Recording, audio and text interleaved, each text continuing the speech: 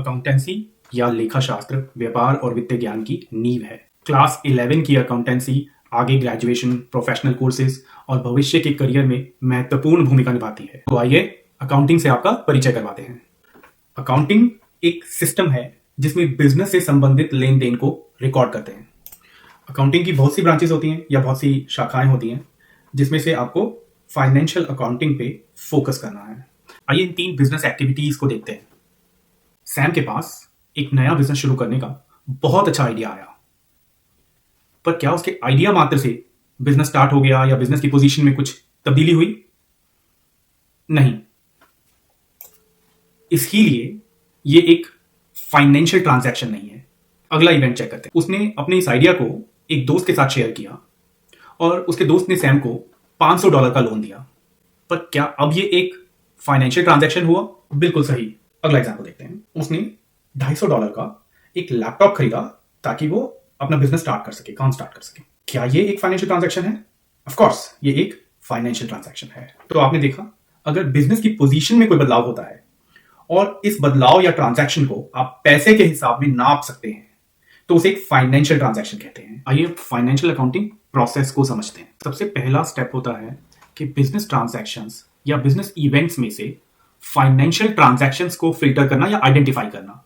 सबसे पहले पहचानना कि कौन कौन सी फाइनेंशियल ट्रांजैक्शंस को हमने रिकॉर्ड करना है।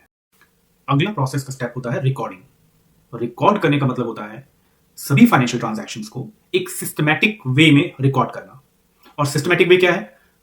सिस्टमैटिक वे है double entry book keeping system. अगला स्टेप है क्लासिफाइंग। इस स्टेप में आप रिकॉर्डेड ट्रांजैक्शंस को ग्रुप करते हो बहुत सारी कैटेगरीज में। इन कैटेगरीज को अकाउंट्स कहते हैं। अगला स्टेप होता है समराइजिंग। जब आपने रिकॉर्ड को क्लासिफाई कर लिया है, उस क्लासिफाइड अकाउंट्स से आप समराइज करते हो फाइनेंशियल रिपोर्ट्स। लास्ट स्टेप होता है एनालाइजिंग। एनालाइजिंग का मतलब है कि आपने पिछले स्टेप में जो बिजनेस के फाइनल अकाउंट्स बनाए थे, उन फाइनल अकाउंट्स को स्टडी करने का आप अपने बिजनेस को एनालाइज करते हो बहुत सारे प्रश्न पूछने के लिए। जैसे कि क्या बिजनेस प्रॉफिटेबल है? क्या आपके पास बिजनेस चलाने के लिए सफिशिएंट कैश है? क्या आपको लोन लेना चाहिए? या फिर आपने जो लोन लिया हुआ था क्या उसे पे ऑफ कर देना चाहिए? ये बहुत सारे डिसीजंस आपको बिजनेस के लिए लेने होते हैं जिसमें फाइनेंशियल स्टेटमेंट्स आपकी हेल्प करती हैं।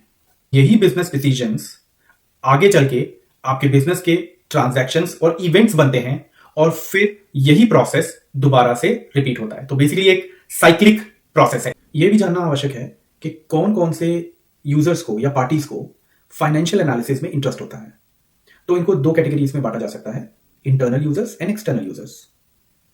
इंटरनल यूजर्स ज्यादातर कंपनी के एम्प्लॉइज होते हैं, CEO, finance head, factory head etcetera. External users बाहरी लोग होते हैं, share holders, banks, creditors, regulatory agencies जैसे इनकम टैक्स ऑफिस या पोटेंशियल इन्वेस्टर्स। आप देखते हैं शार्क टैंक में नई इन्वेस्टमेंट के लिए बिजनेस के ओनर पिच करते हैं, सो वो पोटेंशियल इन्वेस्टर्स होते हैं।